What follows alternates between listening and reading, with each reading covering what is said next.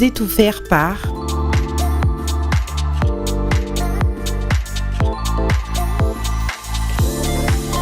Biocar.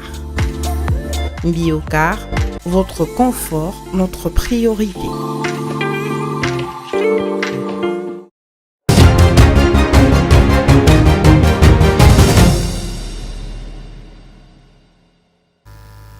C'est l'heure de vous informer, mesdames et messieurs, bonsoir et bienvenue dans cette grande édition du journal sur Mondico Télévision.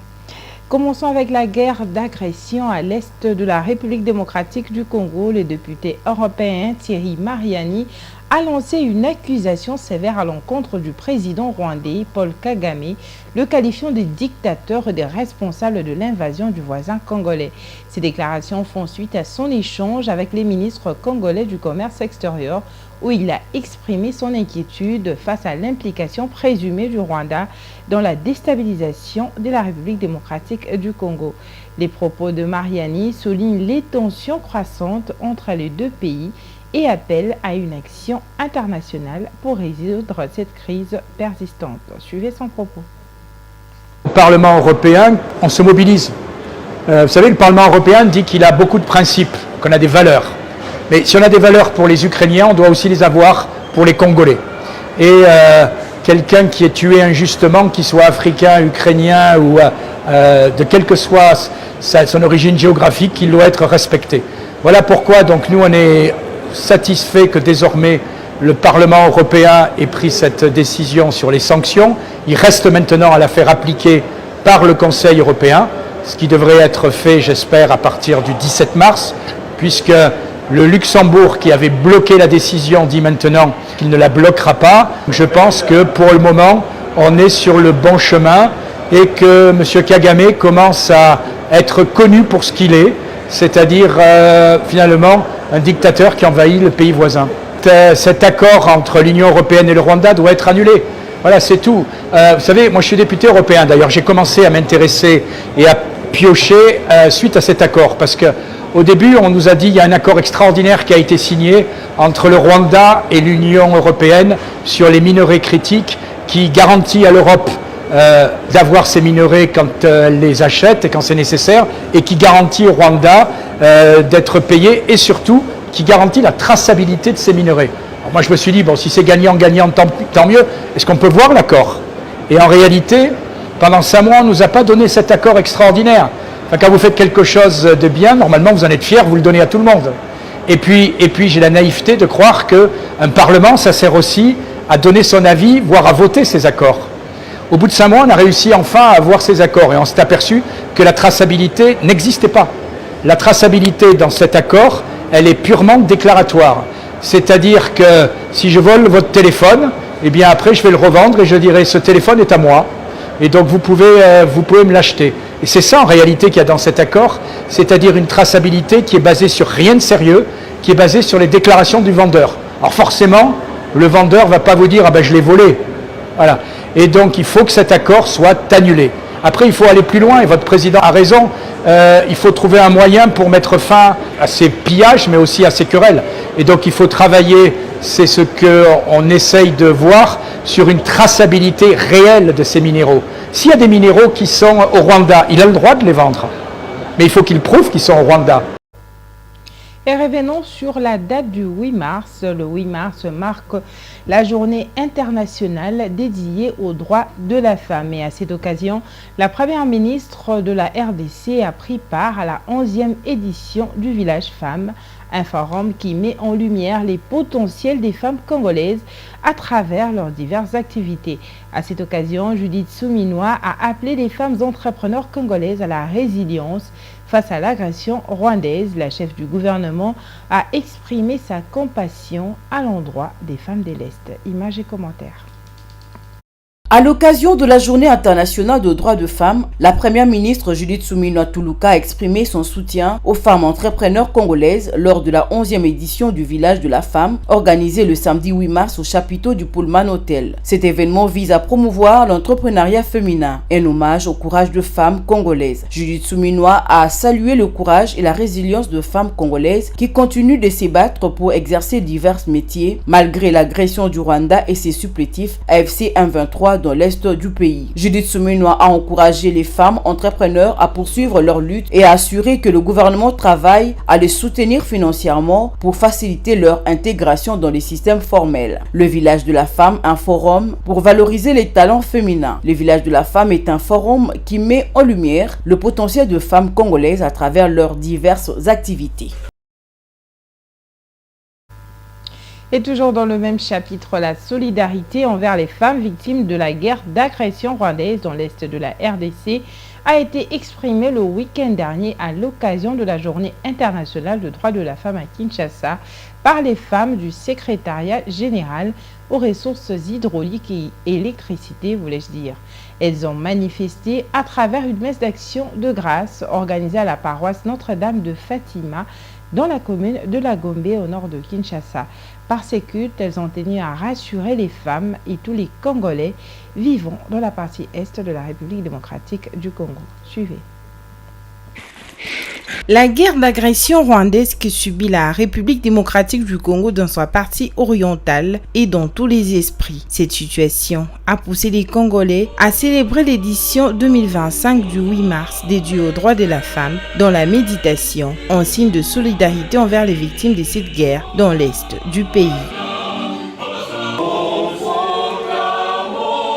Au secrétariat général des ressources hydrauliques et électricité, l'on n'y a pas dérogé. Une messe a été organisée à la paroisse Fatima, dans la commune de la Gombe au nord de Kinshasa, pendant laquelle les femmes de ces ministères ont prié pour leurs compatriotes victimes des affres de cette guerre d'agression rwandaise. Nous sommes de cœur avec nos sœurs de l'Est, nous sommes tous Congolais et toutes ces femmes congolaises qui vivent dans ce coin-là doivent savoir que nous prions pour elles partout où nous nous trouvons. Qu'elles ne pensent pas qu'à Kinshasa, nous sommes différents, nous sommes très consternés par ce qu'elles vivent comme atrocité là-bas. Plus de 2000 km qui séparent Kinshasa de Goma, Bukavu et toutes les autres localités de l'est de la RDC occupées par l'armée rwandaise n'atténuent pas pour autant la douleur de cette guerre ressentie dans la capitale congolaise. Dans cette guerre d'agression qui subit la RDC depuis plus de 3 décennies, le viol est utilisé comme arme de guerre. Cette femme croit fermement que cette situation malheureuse prendra fin un jour. On est en train de compatir avec nos sœurs de l'Est qui sont violées, qui sont menacées, qui sont combattues. Nous savons qu'avec la grâce du Seigneur, il y aura la paix qui va s'établir dans le monde. La guerre d'agression rwandaise qui secoue l'est de la RDC a anéanti les ambitions de plusieurs femmes. Le secrétaire général au ministère des Ressources hydrauliques et électricité a invité toutes les femmes, dont ses collaboratrices, à être des femmes ambitieuses. Il a pris pour preuve la nomination de la première ministre Judith Suminwa, première femme chef du gouvernement depuis l'accession de la RDC à son indépendance en 1960. La femme congolaise au centre de toutes les ambitions.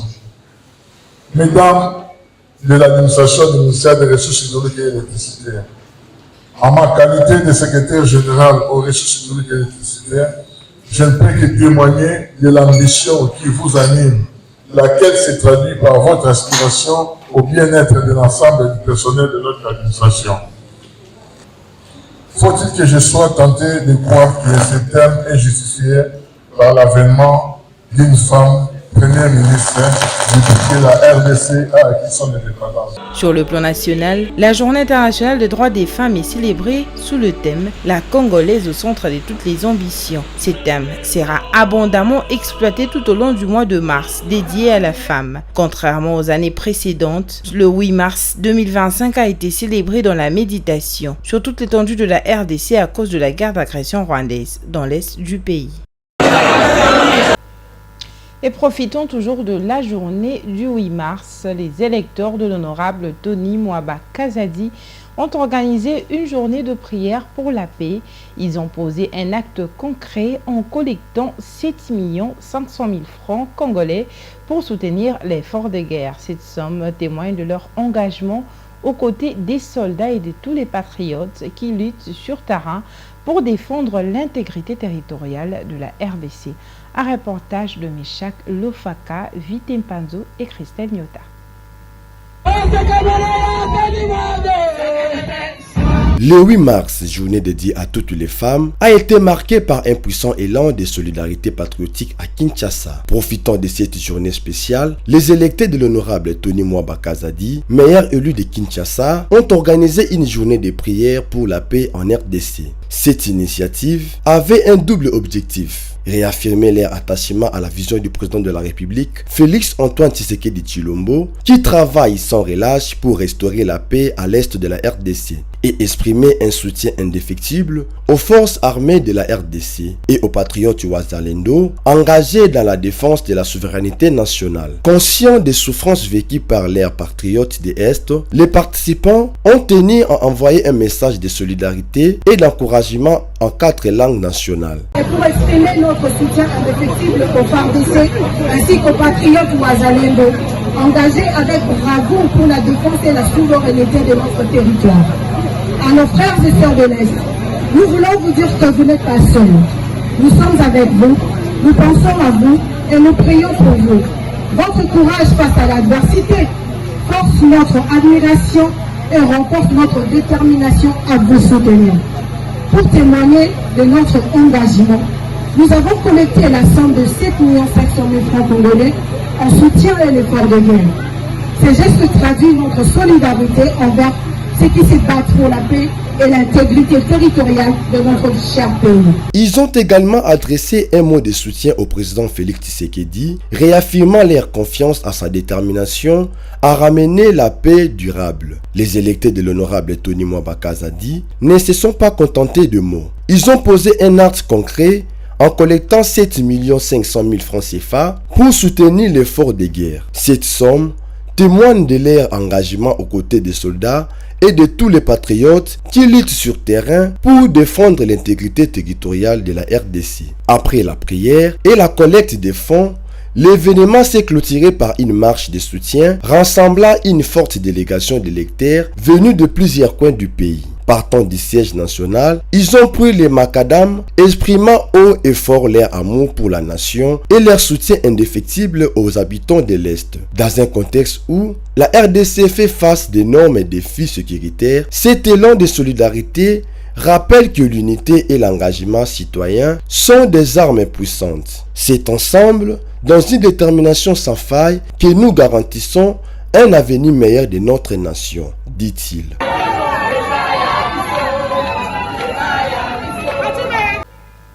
Changeons de chapitre à présent pour parler du début ce lundi 10 mars à Kinshasa de la formation des enquêteurs sur la collecte des données pour des études spécifiques dans le domaine de la santé en République démocratique du Congo.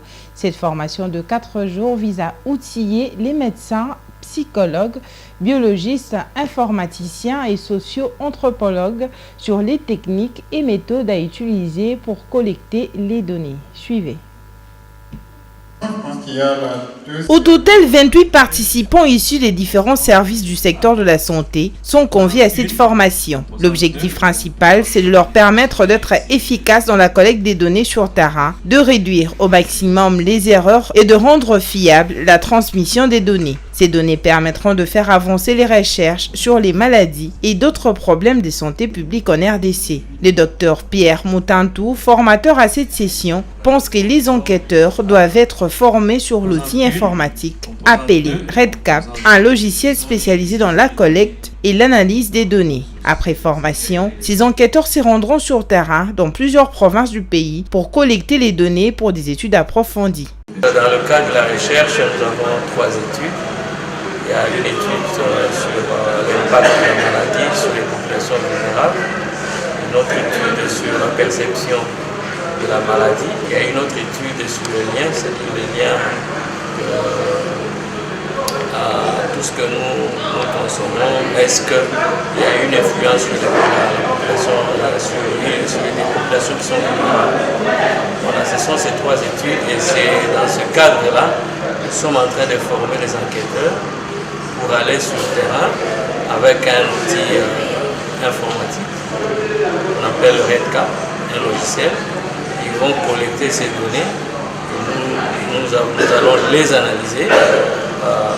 Et cette étude va se faire non seulement à Kinshasa, mais dans d'autres provinces que nous avons ciblées dans le projet. Comprendre les habitudes alimentaires de la communauté est essentiel pour mieux anticiper et gérer les crises sanitaires. Pour les organisateurs, cette démarche s'inscrit dans une approche de collecte et d'analyse des données pour guider les autorités sanitaires à adapter les stratégies de prévention et de communication en cas d'épidémie. Et on aimerait aussi savoir qu'est-ce qui motive notre communauté à choisir telle ou telle autre source de protéines, ça veut dire de la nourriture dans nos familles.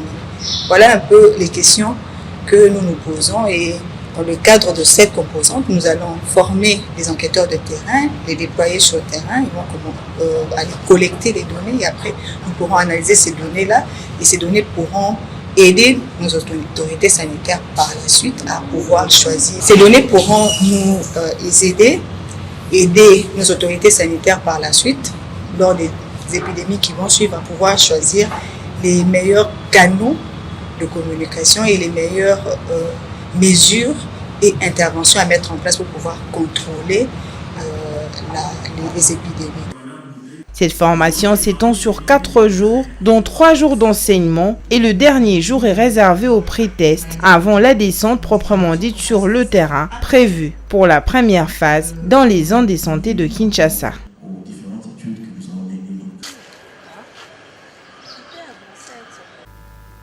Et dans le reste de l'actualité, le gouverneur de la ville de Kinshasa, Daniel Bumba, a reçu le soutien du pasteur Marcelo Tunasi, leader d'une grande église à Kinshasa, dans la lutte pour améliorer la salubrité dans la capitale congolaise. Dans le cadre de cet engagement, le pasteur a exprimé sa volonté de contribuer au changement des mentalités des Kinois pour redonner à la ville sa beauté et son éclat.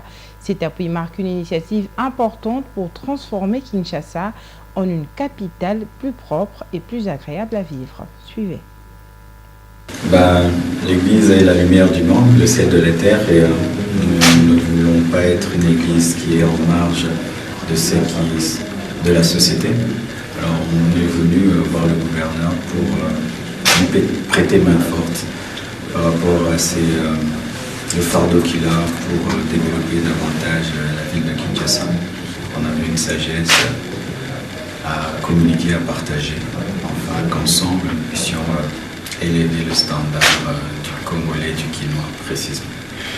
Tout d'abord, le changement des mentalités, parce que le rôle de l'Église, c'est d'éduquer. La Bible dit que soyez transformés par le renouvellement de l'intelligence, métanoïa, et c'est apporter une parole qui engendre des vrais et des bons citoyens. Tolinga mboka na biso, pe kolinga mboka eza kolingana na mabele te, eza kolinga mutu. Tolingana, totika kokabolana. Et prenons soin vraiment de notre environnement parce que nous sommes des êtres humains excellents, nous ne sommes pas des animaux. Et le meilleur est à venir par la grâce de Dieu. Vraiment, je suis un homme qui aime l'excellence et vraiment j'encourage cela, je l'en ai vraiment parlé. Et vraiment, nous sommes prêts à aider vraiment pour que nous puissions vivre dans des conditions excellentes, salubres. Et vraiment, j'encourage cela et je suis même prêt à conscientiser l'Église pour que nous puissions améliorer nos conditions de vie.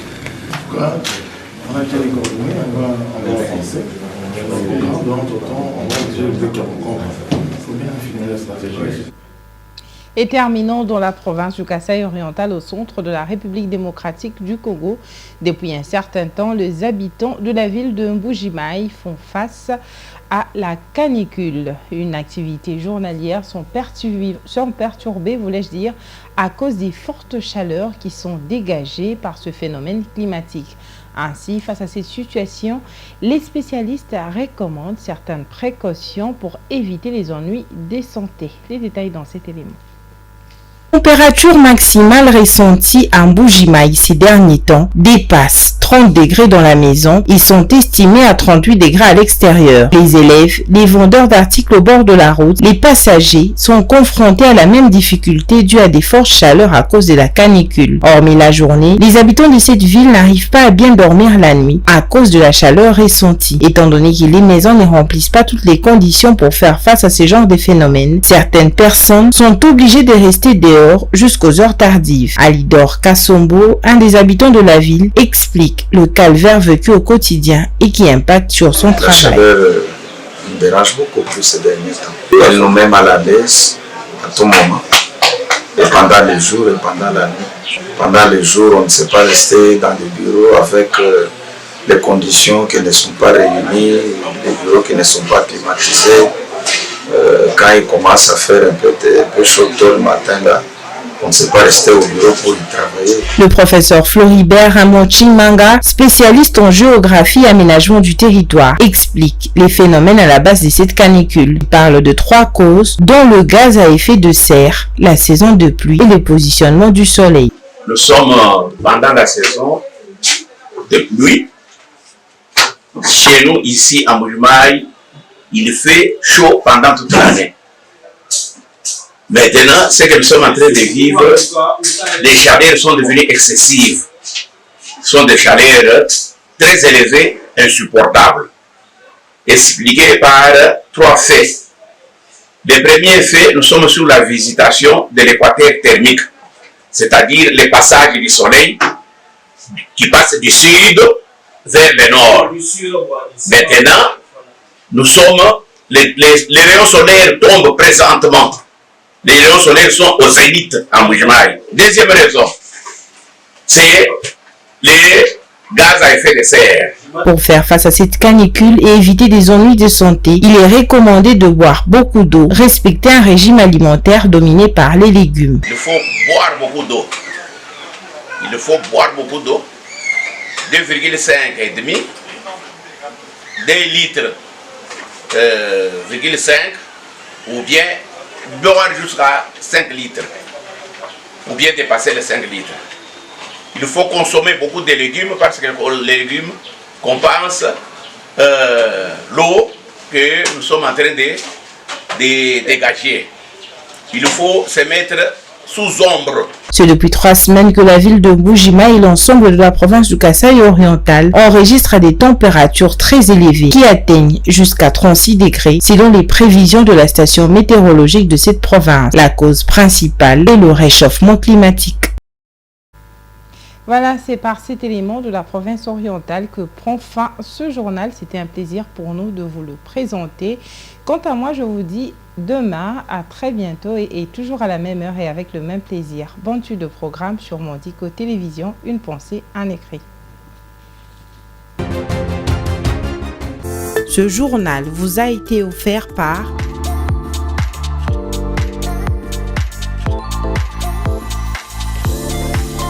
Biocar. Biocar, votre confort, notre priorité.